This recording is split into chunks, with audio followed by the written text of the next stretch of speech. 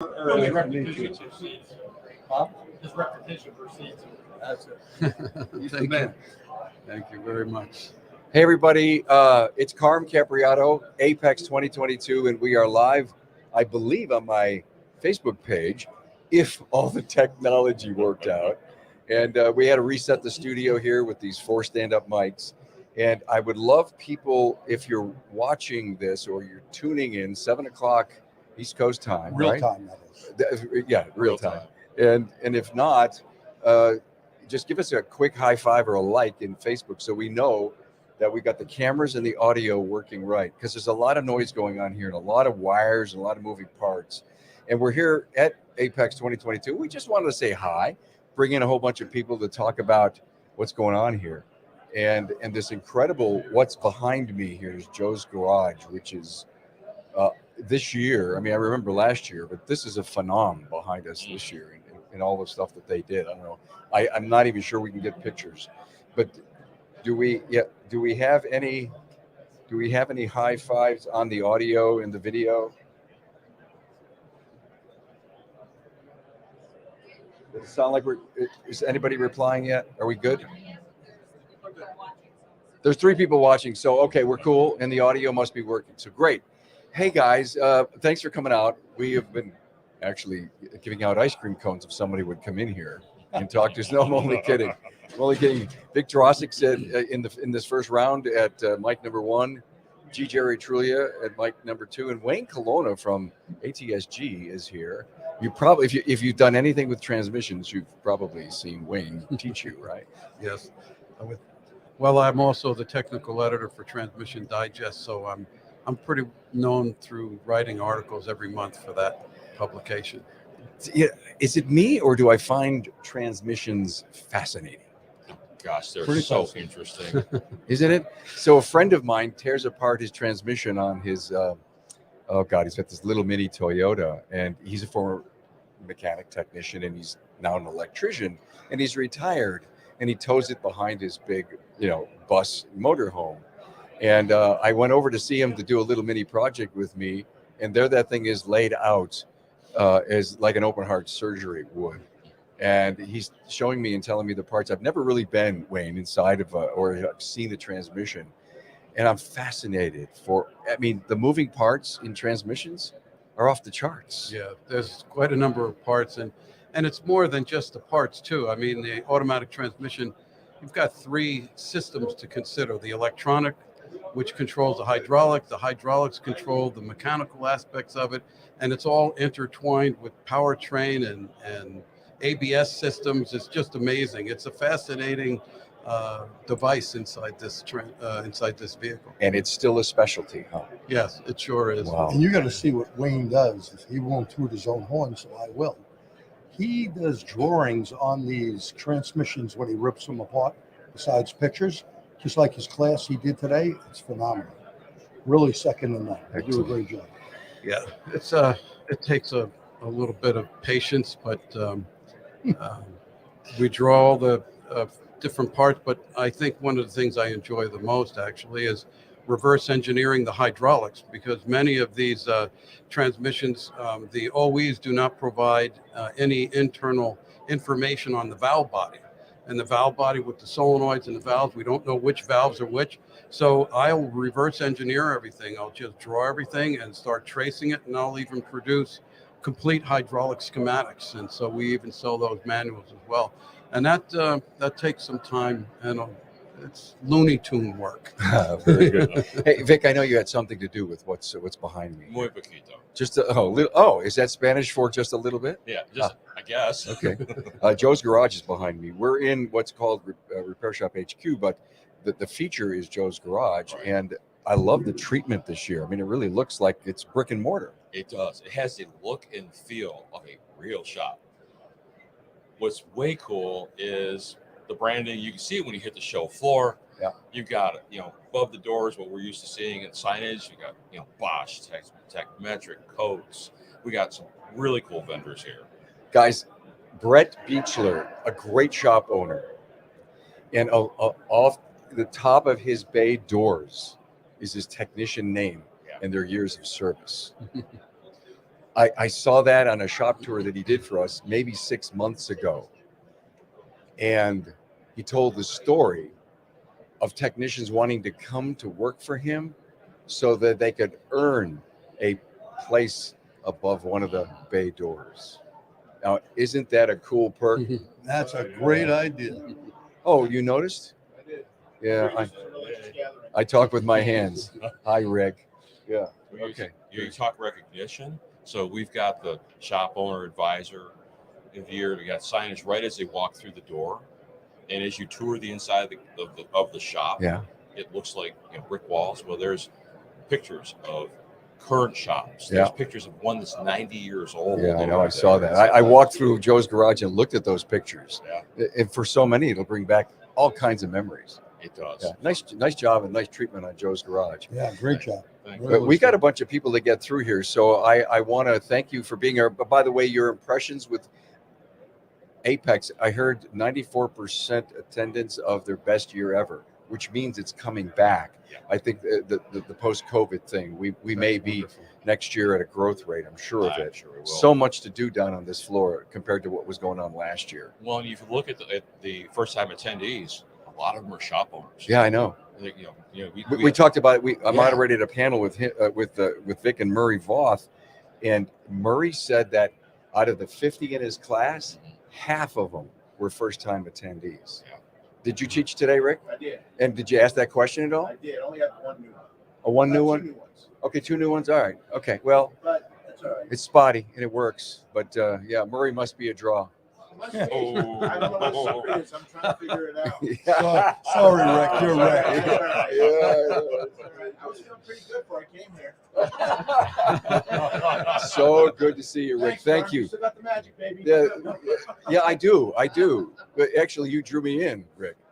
Who's next? Who wants to come on? Bill, come on. No, Malin, you've been standing. Malin, Rick. Yeah, we got. Yeah, let's get. We're playing musical mics here. Malin, you go there. Rick, go around where Wayne is. Oh my gosh. Okay. It's like EU. What Holy cow. shall I say? It's the Three Musketeers. Yeah. With the three somethings, but what am I going to say? Oh my Three God! Stooges? So good to see you. So, what did you teach today, Rick? I taught as little as possible today. But you had the people, the students, come up and tell their stories. No. That's only my story. No, we were talking about how to become a talent magnet. Oh, I love that. It's a good class. I love that. Last year you couldn't make it. Last year I could not. I had back surgery. Yeah, I know. You're looking good. Well, thanks for what I got. I'm doing all right. So, are you teaching again tomorrow, or just Nope. one class? Just the one class. Just one class. Cool. You got a booth though. We got a booth. Yeah, nice. A lot of the coaches. R80 to 11. Come on down. Very good. Yeah, if you're watching us at all, even if you're at home and you're not here, we're just trying to do the FOMO here for everybody and to say, Vegas. Nah, come on down. You don't have to have any taste of Vegas if you don't want. Right? Oh, Yeah. As I'm walking down the aisles today, I came across this. How's this for Bonneville High School automotive instructor? Yeah. And he's got 7 or 8 kids. They're competing on a national level at SEMA. And so I got a chance to talk to them for a little bit. And it's like going back 40 years. My one regret is never having said to my auto mechanics instructor, thank you for what you've done for me in my life. And so the way I pay it back is we have an industry brain trust of all these amazing industry professionals. And I get to thank them for what they're pouring into this industry and seeing this through the eyes of kids that are incredibly excited, not just at all the fun stuff at SEMA, but for the mechanical stuff. What have I said for years now? We work on the most complicated consumer product that man has ever created. And then these coaches help us to communicate this value through effective communication to customers so they can appreciate that we have the most complicated machine that God has ever created that has to work on the most complicated machine that we've ever created. And so you put those two things together, it's a pretty complicated business model. Yeah. But again, in the hands of this brain trust, I'm forever thankful as a shop owner. I thank you from the bottom of my heart for all the stuff that you guys do. You're going to make me cry. Well, part of our problem is our industry thinks it's simple. and we forget how complex it is. That's right. So the consumers think it's simple, and that's why we have the problems getting paid to do the repairs we do sometimes. Well, if you look at the driver's interface, it's not that different today as it was 30 years ago, right? 100 They've done a years ago. good job at keeping it the same for the driver. But the reality is everything else under that vehicle is completely different, right? If you look at it, most jobs, either high skill or high tech, right? You got a plumber, high skill. He walks in carrying his tools. There's only two industries that have what we have, which is both high skill and high tech. That's us and the medical profession. That's it. And our industry needs to promote that, Yes. you know, with the young people, because when I speak to colleges, high schools, voc ed schools, their parents don't know we're a viable industry that's high tech and is high paying, because our industry isn't tooting its own horn. No. They still think of us as the dirty industry, right? Well, we got to get them so they stop thinking of us as goober pile Right. and start thinking of us as Geordie LaForge. Right. But it's not, That's what we've got to start doing. it's an industry wide problem. Yes. And we need to look better. We need to sound better. And we need to project that out there. Mhm. You know, I came through the vocational school stuff, and it's amazing how many great people there are out there, but they don't think we're a good industry to be in because we haven't tooted our own horn. Okay. One of go the kids from the high schools said, he just sort of chimed in as I was talking to them. He said, well, construction pays more. And he's probably right. At his age, construction does pay more. And so I turned around and I said to the teacher, I said, do you guys teach what we're worth in this industry? And he's like, where would I even begin to start? So I said, would you be interested in a Zoom meeting? Like, pick a shop owner, talk to a shop owner, and see what the going rate is. Do you interview the shop owner who might be hiring one of these kids? Like I would be interviewing the young man who might be asking my daughter out for a date. Why don't we do that? Why don't we reach out to the high schools and say, before this young man goes out and works for somebody who's going to put them on broom duty for 6 months, don't send them there. They don't deserve that 16-year-old. Tracy, I think I interviewed boyfriends of yours before I'd let them go out with you, right? I didn't interview them. I scared the crap out of them. That's the time when you're cleaning guns and stuff like that. I in the just kitchen. walk them out onto my deck and say, there's 15 acres here. They'll never There find you your go. body. Exactly. Simple as that. I love that. I had a written check sheet that says the 15 rules to date my daughter, and the last one on it says I'm not afraid to go back to jail. There you go. Again, I like that. I like that. Okay, so let's talk about kids. I talked to little Goober and Gomer here today with some peoples, about the image of our industry. Mhm. I'm on the advisory board of the Erie Community College. We were with the president about a month ago, and I was chatting with him about this episode I did with Andy Fiffick and Bill Snow about going out and talking to fifth graders Yes. and the commitment that they make at that level, and that if it's fifth and then it's career day for 6, 7, 8, you gotta follow the kids through. Well, I share that with the president because he's a skills trade, if you will, doctor as far as why they hired him, because that's where community college needs to be. Okay. And they see the biggest potential, even though maybe the counselors don't. And I said to him, I said, I had this wild idea that came off the top of my head. And he says, well, how can we go out and get inside of these high schools? I said, well, first of all, we've got to break down the barrier from the superintendent to the principal to the counselor and then to the teacher. And if anyone in the audience knows a teacher, then you got an in. But I suggested that we have a zoo mobile. It just came off the top of my head. My wife Ann was a docent at the zoo. She had to learn 3 months worth of documents and binders about everything about animals, so that when she went out on the zoo mobile to take, the bags of snakes and everything, she knew how to handle them and what any risk was to teach the kids about animals. And I said, we don't need a zoo mobile. We need a automobile. There was a little pun intended, but you get my point. And then I said, we just then need some cases of computers and some laptops and sensors and the stuff that we work on every day.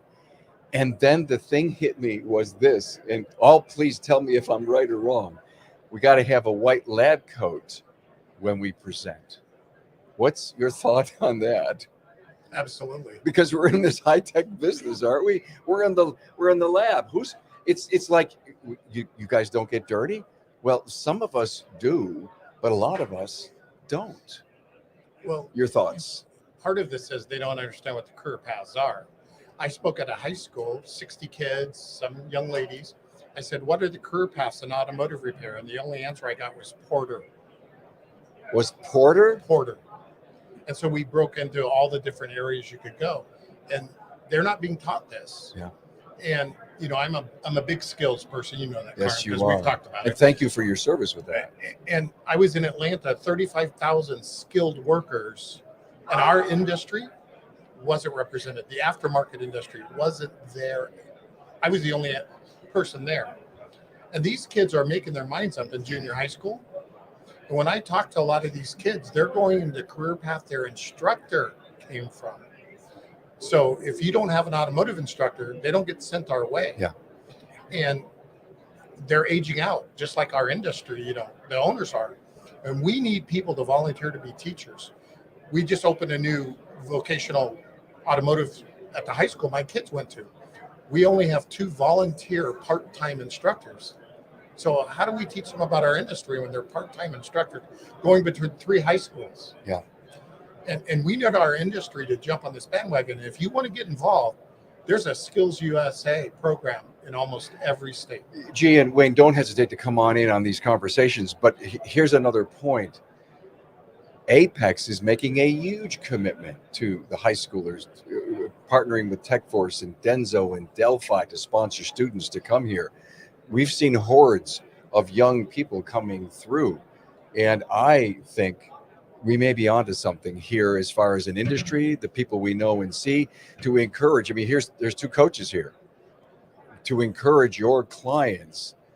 They all say we've got to be involved in community. I get that, the whole marketing piece and, you know, your story. But I think part of the story that we need to create is at the career level in either high school or college. I'm going to argue that it should be earlier.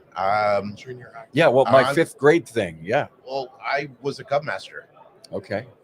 and we brought the pack to an auto repair shop. Huh. And when the kids got to play, we could give them an air gun to play with. Oh, God. And a ratchet, and showed them the computer, and we said, watch this, and we made the car race with the computer, and they're all goo-goo-eyed. Yeah. That's when we got to start. We got to plant the seeds a lot earlier than we've been planting them. Yeah, you're right. And then the other thing is we've got to be able to show the parents that this is a viable industry for your child to be a part of. Before this, we still have a stigma. Kids can't learn, put them in the automotive program. Absolutely. And that is just so intrinsically wrong today. I think if you get the parents to buy in, you know, show them there is a clear path for them to do very well, make 6 digits a year, Mhm. then they're more out to send their kids in. So I used to years back speak in front of my kids' grammar school, Yep. and there would be, you know, the doctor, the lawyer, the accountant, the school principal, and it was funny. I worked on all their cars, so I said, "I'm going last. I'm going to be cleanup man." And a little speech I would give them is, "Hey, you know, we keep your air cleaner, every mechanic. We keep America running. In fact, Dr. Gould wouldn't be able to drive here if I didn't fix her car. And doctor over there, he wouldn't be able to come here and take care of his patients." And it gives them a different perspective. We're not grease monkeys. Right. And of course, we had TV commercials that made us look really bad. You know, a monkey doing a job. We're Sure. far from a monkey. You need real good comprehension. You need a lot of good skills. This is not for the flunky that can't do well in school anymore. No, you got to be at the top of your game Top of your game. to be good. Yes. You know, we actually, going back to getting them early, we used to invite the kindergartens to the shop. And we'd bring the race car out, let them sit in it, start it up, and it just piqued interest in what you could do. And then show them the technology. And then we'd send them home with a whole bag of stuff about the industry. And it was amazing how many of these kids go, wow, this is cool. I want to do this. But the parents and the counselors aren't being taught. We need to talk to them as well as the kids. Yeah. They talk the kids out of it. A Absolutely. parent will talk about it. You don't want to do that. It's greasy. You'll get dirty. You can get hurt. I went to Oklahoma and spoke to 600 kids about this very thing. And there was a young lady there, and she comes up to me and she goes, "Thank you so much. I really want to be in the auto industry, but my parents are pushing me to be an engineer. And I said, well, here's my card. If there's ever anything I can do, it's your decision. I didn't realize her mom was standing right there. And when she walked away, her mom comes to me and says, I had no idea how complex this industry was. And I see why she wants to be in it. I'm going to support her now. Well, and honestly, the industries right now, we're choking on engineers. We're Absolutely. Starving for technicians. Absolutely. Oh, yeah. Right? It's like my daughter goes into school and I said, you should go for this. And she goes, I want to be a graphic designer. And I said, sweetheart, they're a dime a dozen right now. She wanted to be a graphic designer. So now she's struggling because she can't get paid. Yep. You got so to it's pick a fact. the right career. Something with your hands, there's always going to be a job for you.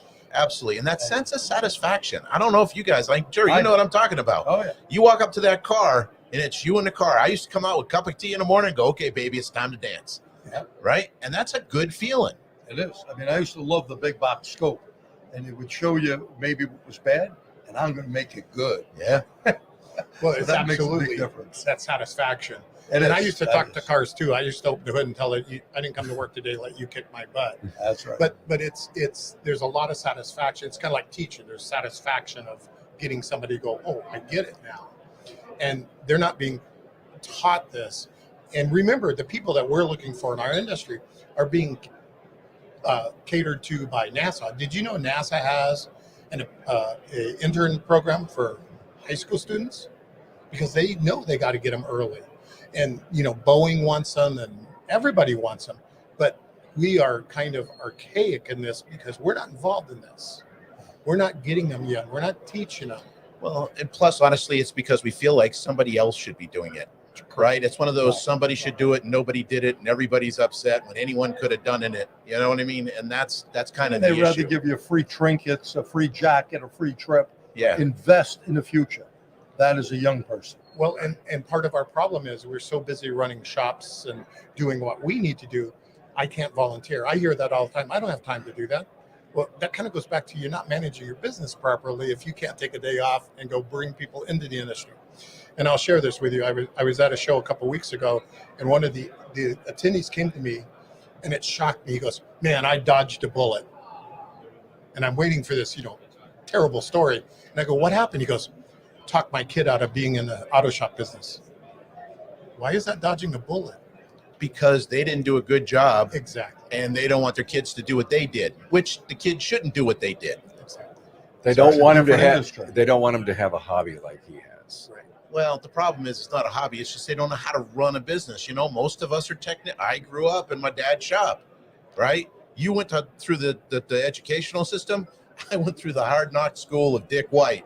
Let me tell you something. He kicked my butt constantly, but he gave me a work ethic that I still thank him for today. Well, and that's part of our problem also is work ethic. And having too strong a work ethic can kill you. So it's a balancing act. We need to teach them to have a good work ethic. We need to teach them to read, write, and understand and be risk takers and work at this. And not be a one-man shop. See, some people make Exactly. that mistake. Right. They think they're the only ones can do it, and then they don't grow. Correct. We need to bring, Wayne and I were speaking about this earlier, when us old guys in our 60s Speak for have yourself. to get the hay out of here, who is behind us to take our place? Jay. Exactly. It's troubling. It It is. really is. And if we don't bring these young people into it, there won't be anybody. It won't be. Gentlemen, it sounds to me like the solution to this equation is bringing more women into this industry. I mean, we are doing a pretty good job, right? I mean, Christy Hudson, right? Female shop owner of the year. What is one of the stories she said? She walked into a auto mechanics class and the instructor said to her, "Oh, honey, this is the wrong class for you. You need to change your class." She's like, "No, I think I'm in the right class." She goes, "No, this isn't right for you." I mean, and again, this was going back some years, but the fact of the matter is we men are really good at working on things. We love working on things, right? Binary things. Women love people. And I think women, to the extent that they've already shown it now, proven it, that it's by the grace of God that Bob gets hurt or passes away or gets divorced or something, and then all of a sudden the daughter, the wife, the girlfriend, a woman steps in, all of a sudden the company goes up. Right. And this isn't isolated to auto mechanics. One of my customers, plumbing company, father passed away, and she was left with 2 sons, and the company literally has exploded. One of my best fleet accounts out there, and it's funny, they do business the way we do business. The only difference is I had to learn it through the women in the industry that showed us sort of what our value is. When we work with things, we don't know what we are worth. Like G was saying about this doctor. A doctor can scribble something on a prescription, and because they've got, I don't know, 8 years or 12 years of study, they can do research and charge $300 or $400 an hour for 5 minutes worth of work. Yet we can't charge for research. Are you kidding me? A lawyer can charge $300 an hour for research, but for us, it's no. Well, you already told me what I already knew, and it was the fuel pump. I Googled it. Why didn't you know that? Yeah, exactly. I called, and I always say, I was like, what does MD tell you about your pain in your somewhere between cavity and mouth cancer, right? Right. Okay, you decide which way you're going to go with it until you actually do the necessary testing and analysis to get there. And that requires a lot of education. It requires money. It requires an investment. The big thing is we need to make this industry more attractive. Correct. And more attractive is one of the things is money. Absolutely. Hate to say that, but that is one of the main things. And since we're not a really united type of thing, we don't have a union or we don't have specs on what your shop should look like. I mean, you go around, and you management guys know this even better. You look at one shop, it could be the Taj Mahal. Look at another one, it looks like the South Bronx. Not good. You know what I'm saying? It looks beaten up. There is no set or standards of what puts someone in a business. Roll the toolbox, you missed the mechanic. Okay. And how are you going to attract females that are detailed oriented, that need to be working on this computerized stuff? They do a way better job. I remember doing dyno training years back. I would love when it was a female that was going to go drive that car at 60 miles an hour, and my butt's right there. They would pay attention to every direction, do it right, and figure things out. That's what sometimes guys take for granted, right? And we got to get the ego out of this industry, because that's keeping a lot of women from coming in because of the very thing you said. Right. You're right. And I was talking to a husband and wife team, the woman, and she was involved in a group, and the instructor belittled her in front of everybody else because he thought she didn't belong there. So and she wrong. was in tears. Absolutely. And boy, that made me mad because they are better at this. They're more detail oriented. Yeah. There's all kinds of things going on. And we're not getting men to come in the industry. How are we going to get the females to come in when they feel this is such a negative field? The calendars on the wall. And even though we've preached that for how many years? Come on, you still see it. The profanity in the shop. Not saying you can't F-bomb if you're a guy or girl once in a while.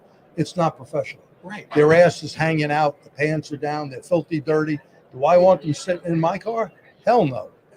We need to show professionalism. Everyone dressed in a proper uniform. Even finding uniforms that fit women. Right. Where they're not dangerous. I mean, Correct. we've run into that with our research. So, I mean, there's a lot of areas that we can improve upon, but we need to get over our egos, and we need to go out and make an effort as an industry, too damn independent, absolutely, to try to bring these people in. That butt crack comment, is that related to Chris Cloutier just because he walked in now? Yeah, no, you were talking about sexy, and I just was that for me? Yeah. I appreciate that. Sorry, Chris. I don't look at your butt. By the way, you are looking good. Thank you. Thank you. I appreciate Is that. that a special outfit that I should know about? Dude, you kind of took my breath away. This is actually our new shop outfit. So if there's any females listening, just make sure they stop by Golden Rule Auto Care. We're wearing tuxedos now. I love that. Yeah, Well, we're up in the game. it So I was- like it was- this perfect subject. It was Andy earlier. He was here. And he was chatting about the fact that his daughter got engaged, Andy Bishop. And we asked him where he's going to have it. And he says, on his ranch. And he says, and we were going to have, what do you call it? Texas what? He says it was jeans and a tuxedo jacket and black tie. It's a Texas tuxedo. You got it. Texas Yeah. tuxedo. Okay, because you Yeah. would know. You're I'm a from Tex- Texas. You're Yes, a sir. Texan. Yes, sir. I always thought that was a Canadian tuxedo. A Canadian? I always Hi, thought that's a Sarah. Canadian tuxedo. Hi. Sarah Frazier's here. I'm not saying that the Canadians didn't take it from us, but it was from It was from Texas. Texas originally? Yes. All right. As far as I know. Did I introduce you, Chris Cloutier? Did I mention that? Who else is here? No, Bill Malu introduced me. Bill, So okay. it's good. Cool, cool. Thank Bill you. did it. Bill was thinking about his butt crack or something. I saw I don't want. I don't want Yeah, to go. you It's a who family mentioned show. the butt crack story? Who was it? We just went R-rated there. Chris slipped him a 20 to introduce you. I'm feeling trapped now. Tracy, you got to cut that one. And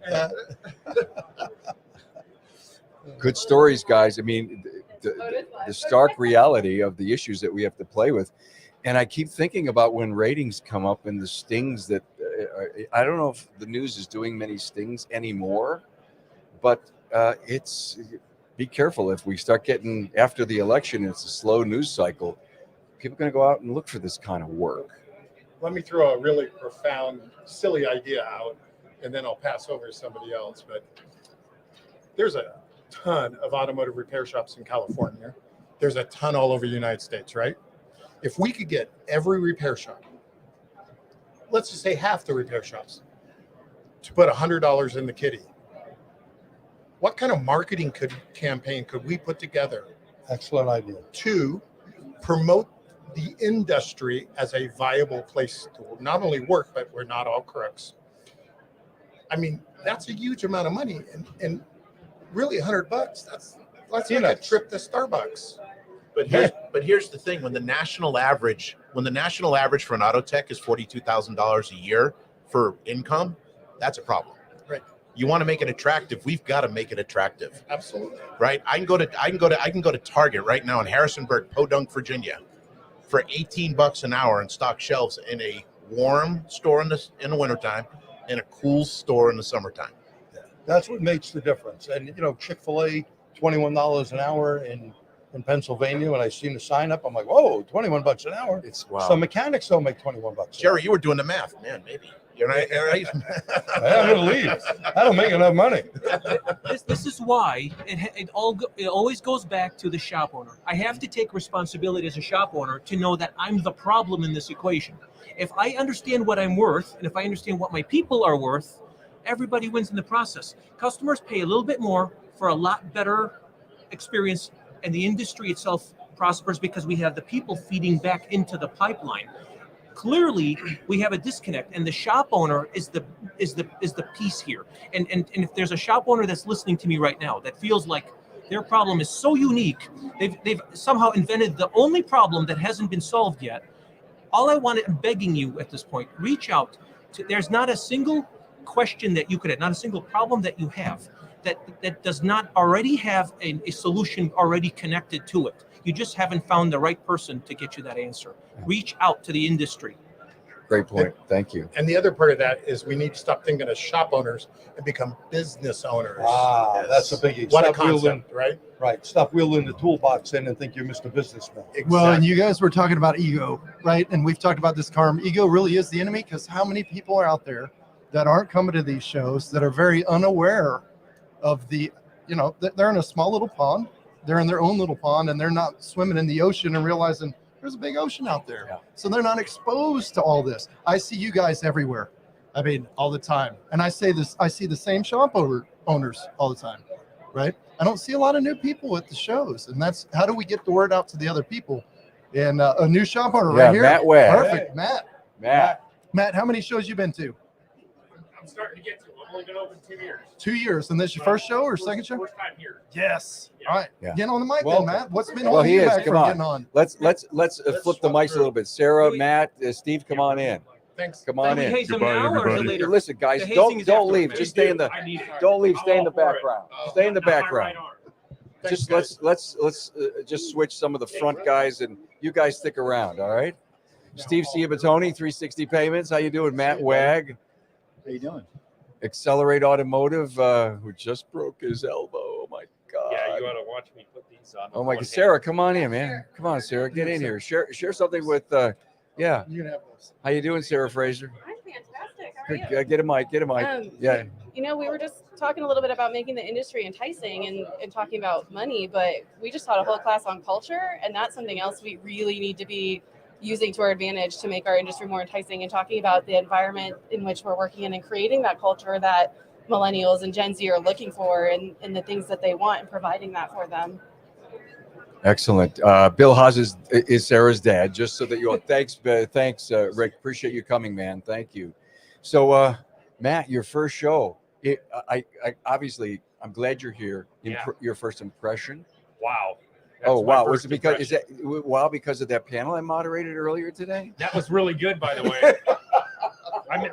I was looking, so like the last 2 weeks, I injured my arm, so I haven't been like at full capacity at work. So I've been like planning my AAPEX trip because this is something I've wanted to do for many years now, because I've kind of watched and followed along. And like last year, I was just on my phone on Facebook, like watching all of you guys do this. And I watched this thing we're in right now. And this is before you and I had met, Carm, and that's just cool to actually be here. But I kind of had my planner made out on my AAPEX app, and I'm like, I got to get to that. And, I've just kind of plotted out things I want to do while I'm here to get the most out of this experience. A new shop owner, 2 years. Would you mind telling us how old you are? 35. See, Nice. I mean, that's like a banger right there. It's almost like give me the gong, because we have 35-year-old shop owners in our industry that saw the light, and they just didn't decide to become from mechanic to shop owner and struggle for another 15 years and can't get up and out. This guy hired a coach within 9 months of you opening? 6 months. 6 months of opening. I mean, I've done Matt's story on the podcast. I mean, if you want to be inspired by a young person who said, I think these things are important, and he started to check the boxes, and that's why he's at his first AAPEX. Yeah. I mean, And we did a shop tour of your place. We did, yes. I mean, God, to see such a young man in that big of a debt. No,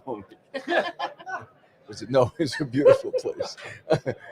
It's just well, that's good. And maybe the young ones are and not say the young ones, right? Like I'm old or something. No. But maybe it's some of the ones that are more set in their ways, right? So Matt, you're not so set in your way, which is good. Yeah. So you have this ability to change. Maybe some of the older ones, unfortunately, I think they get to a point where like, no, I'm good. Yeah. I know everything. I've done everything. I don't need that. Whereas you have more of an idea of, hey, I really do need the help, right? And I'm not bagging on any audience. I'm just saying mindset might be a little bit different, because that's great. Even me, it took me probably a couple years before I found my first coach, because I'm like, hey, I got this, right? And then I realized I didn't got it, and I really needed help. So that's great. 6 months, 9 months, that's amazing. Yeah, right? That's awesome. It was kind of one of those things for me too, that I knew our business was so new that it was very malleable at that time. So I was like, let's get a coach, let's get this rolling, figure out what do we need to do to keep this thing rolling and make it profitable and do a good thing. And because I put everything I owned on the line to do it, and I couldn't risk losing my house and making my kids and my wife live in the car down the street. So I had a little bit of skin in the game on it. So it was really kind of a good deal. So you think you know everything until you come to AAPEX. Epictetus said it right. You can't learn anything if you're an expert. Something that I'm paraphrasing there, but that's great. Yeah. Problem is, you think you're an expert. What are you going to learn? You're right. Nothing. You already know it all. Just walk 5 minutes in a quick circle here and sit and say, what the hell is that? Because you're going to see stuff that you never even knew existed. And then you're going to walk into the booth and you're going to shake some hands, meet some presidents, meet some designers, meet some marketing people, some people that can help you and tell you what it is that you're missing out on. And it does sit in our class like Sarah and go Yeah. a great culture class and learn what a good, really good company culture is, right? And you don't have to say, I got to learn all this stuff at once. Just store the information, walk away with stuff. And I think one of the most critical things, Matt, and I'm sure you've done this, is that you're in class, speak to the person to your left or right. If you're in a booth and there's this person that is intently listening to a presentation and he looks like a shop owner like you, then damn, don't leave until you introduce yourself. Mm-hmm. Walk away with 25 new business cards of peers that phone home, pick up the phone, call a friend. That's what it's about. Yeah. I think that's such a critical piece, the networking aspect. And just like you said, knowing you're not, it was said in here, knowing you're not alone and there's people out there that truly care and want to help and they want to see you get better. And they've gone through some of these things and they've got these lessons they want to share. And that's what I think has helped me is I've been very receptive to those things because I'm kind of a lifelong student, I would say. Okay, cool. So when I work with Bill and he says, Matt, here's this and this, and I'm like, okay, I'm not going to do that. Or if I do, then he's like, I told you not to do it. And sometimes I'm stubborn and got to learn, but there's people there that want the best, and it's been really cool. Well, I think it's good you're working on the business and not just in the Yes. business, and that's something we all fall prey to at times, to just not take the time, and you are taking the time, and it's a great time, right? It's a fun time to be here. Yes. There's events, there's parties, there's great, you meet new friends. So Parties. Parties. I know you're going to be at a party or two here. I need to look at my calendar. Where's these parties? I don't know, but I got invited to so many I can't show up at all of them. Oh, Sarah, the class today. Yes. Did you ask anyone if it was their first time? I did not. No, I didn't. All right, just checking. Yeah. No, I should have, but I did not. We've got some really good answers from some of the coaches. Yeah, great. Yeah. So, Steve, what brings you to AAPEX? Here, 360 Payments. We're a payment technology company. Yeah. We integrate with a lot of shop management systems and DVI companies like AutoFlow. Changing the name again. Yes. Whoa! Wait a minute. That was like 2 years I ago. know. I finally bought it, so I can Oh, you officially change it back now. no. Yes. Well, Big news. yeah. Breaking here at SEMA. Wow, that's cool. I got to go back to my memory of you. A couple of years ago, you said, "Hey, what do you think of these?" And I looked at them. You liked it. You I did. liked I did. AutoFlow, yes. I liked AutoFlow, and I just figured that you just were gonna. Well, I got sued, right? Or I got threatened a lawsuit, so I had to back off the name. But I was able to go buy the name from the person who threatened the lawsuit a couple years later. No. Yeah, It's funny how life works, right? I was what was it? Pleasantly persistent. Pleasantly persistent. Pleasantly persistent. Yeah.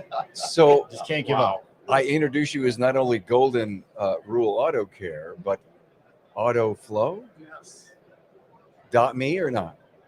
.com. AutoFlow. Well, autoflow.com. Yeah. Autoflow.com. just AutoFlow. Yeah. Whoa, monumental Cabernet, baby. Yeah. For you. Yeah. Nice. Yeah.